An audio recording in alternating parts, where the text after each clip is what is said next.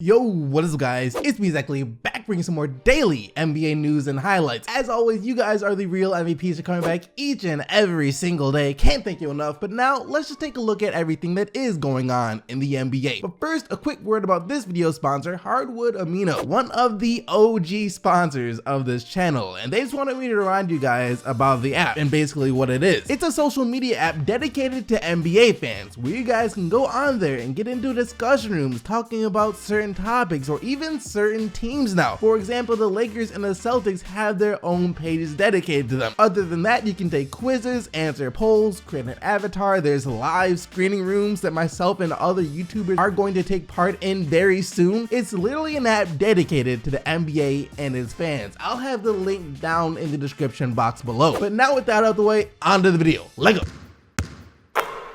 Ben Simmons times LeBron James, King James, and the Fresh Prince. That is what they are calling them now. As after the Cavs vs Sixers game yesterday, LeBron James and Ben Simmons posted pretty much identical things on Instagram. Ben Simmons did it first, posting this picture with the caption reading Fresh Prince times King James, and then not too long after, LeBron did the same picture and everything, except it was King James times Fresh Prince instead of the other way around. And in the game last night, it was Ben Simmons and LeBron James. That's what it came down to. I mean, LeBron with another 40-point triple-double, and Simmons had a monster game himself where he also posted a triple-double. Matter of fact, he became the first player to ever post a triple-double in the same regular season game as LeBron James. And look, I love Donovan Mitchell as a player. You guys have heard me talk about him time and time again on this channel and everything that he has done, but how anyone could have him winning Rookie of the Year over Ben Simmons is beyond me. It kind of reminds me of the whole LeBron versus Melo arguments in their rookie years and how some people would have given the edge to Melo as Rookie of the Year, even though we all know looking back that LeBron James deserved it. Sure, Melo was great back then, but to say that he deserved it over LeBron James would have been ridiculous. And of course, we all know that this game brought back the whole LeBron to Philly discussion. That's a discussion that we're not really going to get into this video because it doesn't make sense to talk about what LeBron James might or might not do this offseason. What I do want to say real quick though is that the Philadelphia 76ers might already be the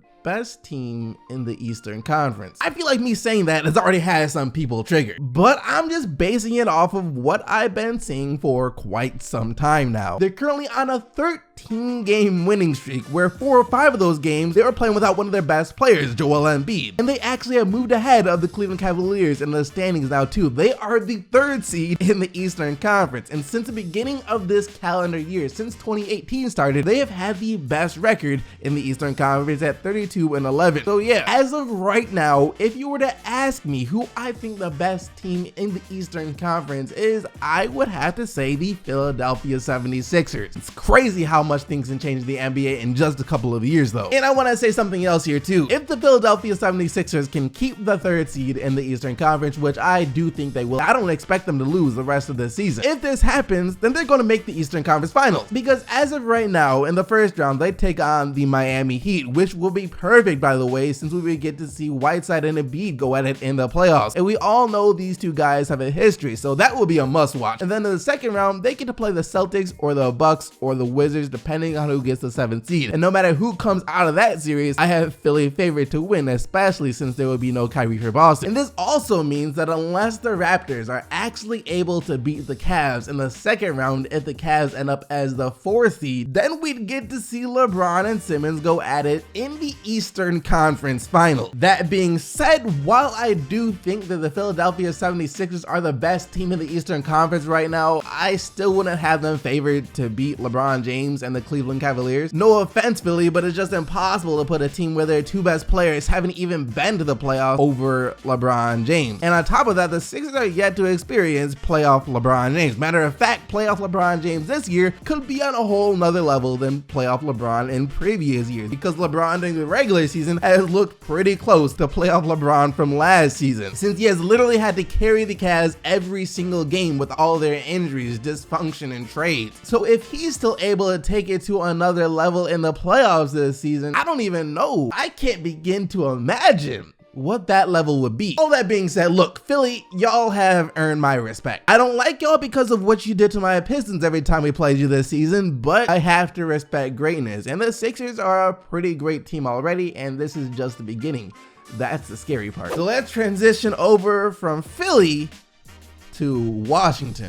There's gonna be a lot of change coming to the Washington Wizards this offseason. I can guarantee you that. They're gonna fire the head coach and make a few trades amongst their best players, most likely John Wall. Maybe the Washington Wizards just blow this roster completely up and start over. They lost to the Atlanta Hawks last night, and if they weren't already guaranteed a spot in the playoffs, I don't think anyone would think that they would actually make the playoffs at this point. Anyways though, after they lost to the Hawks yesterday, their head coach Scott Brooks went off on this team, saying selfish basketball is no fun to coach, it's not fun to play with, and it's not fun to watch, and we're a selfish basketball team right now. And as for what the players said, well, according to reporters, most of them have already left what was described as a tense locker room before they could get questioned. Bradley Beal and Otto Porter Jr. were still around, but when they were both asked about what's wrong with this team right now, they both just said, quote, I don't know. There is something about this Washington Wizards team that doesn't feel right. I don't know how to describe it, but they're a depressing team. It seems like there's such a dark cloud hanging over that organization, and I strongly believe that some serious change is about to happen over the offseason. It's been a minute, but Paul George has finally been asked again about what he plans to do this offseason and whether or not it's championship or bust for him with the Oklahoma City Thunder at this point. And this is what he had to say. I can see myself being here. I've been happy here. I've been happy with the organization, happy with my teammates. Our record is not what we want it to be, but I think I've enjoyed just learning and being around these guys. So my answer is still the same. I'm not going to let the playoffs or how we finish the season persuade or indicate where I'm going to this offseason. I'm going to put everything into this, and again, I can definitely see myself being here. This is our first year together. This is year one for this group. We've got a chance to win it all, but realistically, it takes time for things to build and chemistry to mesh, just for everybody to be on the same page. So this wasn't a championship or a bust coming into this for me. It was just an opportunity to see what it's like being here and just to naturally fall in love with it. And it's been that. It's been a lot of love here. Well, I don't think Paul George can leave now. After all he just said, saying that this was just year one for the group, kind of implying that there will be more years of this to come, he's talking himself into a corner here where he really can't leave without facing some serious backlash. Then again, this is also one of those situations where you can point to and say, well, what else is he supposed to say here? He can't come out and say, well,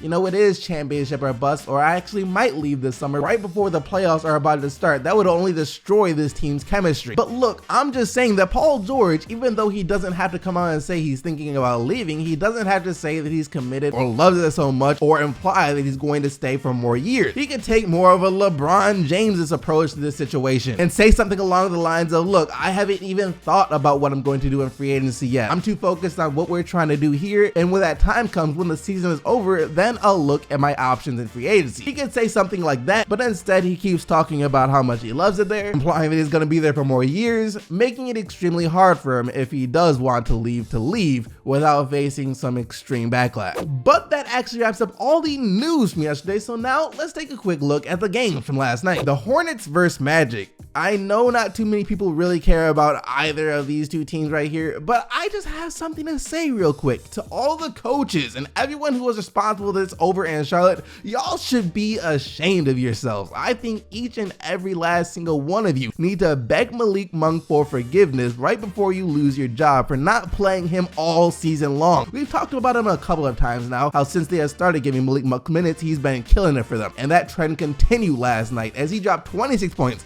in 26 minutes on 8 of 14 shooting to go along with 8 assists off the bench. 137 to 100. Malik Monk by himself blows out the Magic. A lineup of Monk, Walker, and Howard might have been enough to actually get y'all into the playoffs this year, Charlotte, and give you a pretty bright future, but you never gave this kid a chance.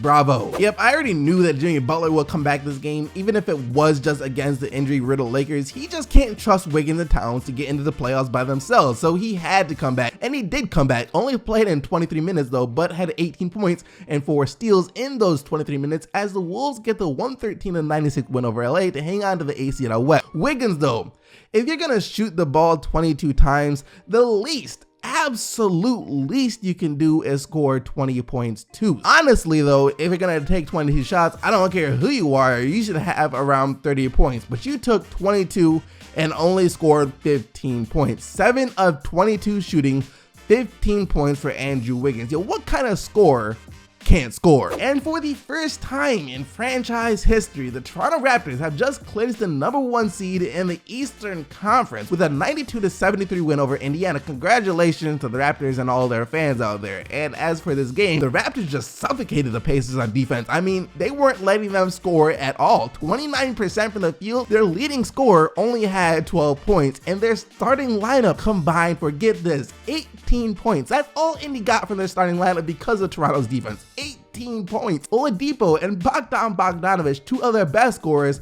had 5 points apiece. I mean, this is just about as good as defense can get in today's NBA. Greg Monroe is another one of those players who is just playing in the wrong era. 10 to 15 years ago, and he would have been one of the best bigs in the NBA hands down. A good rebounder, great post moves, and an underrated passer for a big man too. He could have been like an Al Jefferson who could pass, but because of his very limited range, lack of athleticism, and that he's a defensive liability, he just doesn't fit well in today's NBA. However, on this depleted Celtics team going up against the Bulls, he was unleashed and he played phenomenally. I believe this was his first career triple-double, 19 points, 11 rebounds, and 10 assists from Monroe as the Celtics get the 111-104 win over Chicago. Jaylen Brown was also on fire though, hitting a career-high 7 threes and scoring 32 points. Damian Dotson, who is that?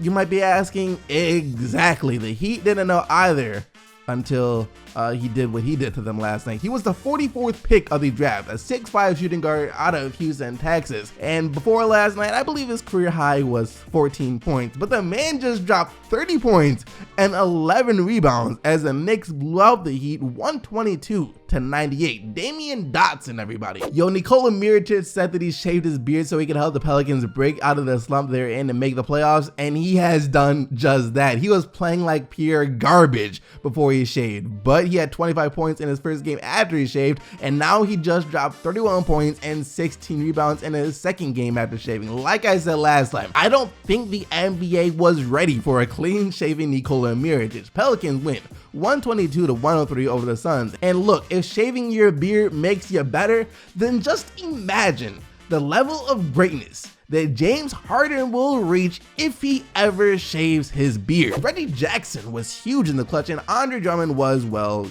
you know, Andre Drummond. And that was enough for the Pistons to pull out the 113-106 overtime win over the Mavericks. Reggie finished with 24 points and 7 assists, while Drummond had 19 points, 16 rebounds, and 5 assists. And lastly, the Kings beat the Grizzlies off a last-second jumper by Bogdan Bogdanovic, 94-93, the final score. That wraps up all the action from last night, though. Hope you guys enjoyed the video. If you did, be sure to smack that like button and subscribe to the channel so you don't miss out on more daily NBA videos. Remember to vote for the player of the day, but also remember the only players whose team won are eligible to win player of the day. And yesterday, that player was LeBron James, and his 33 points, 14 assists, and 9 rebounds. Thank you once again for watching. I'll see all of you right back here tomorrow, but until then, I'm out of here.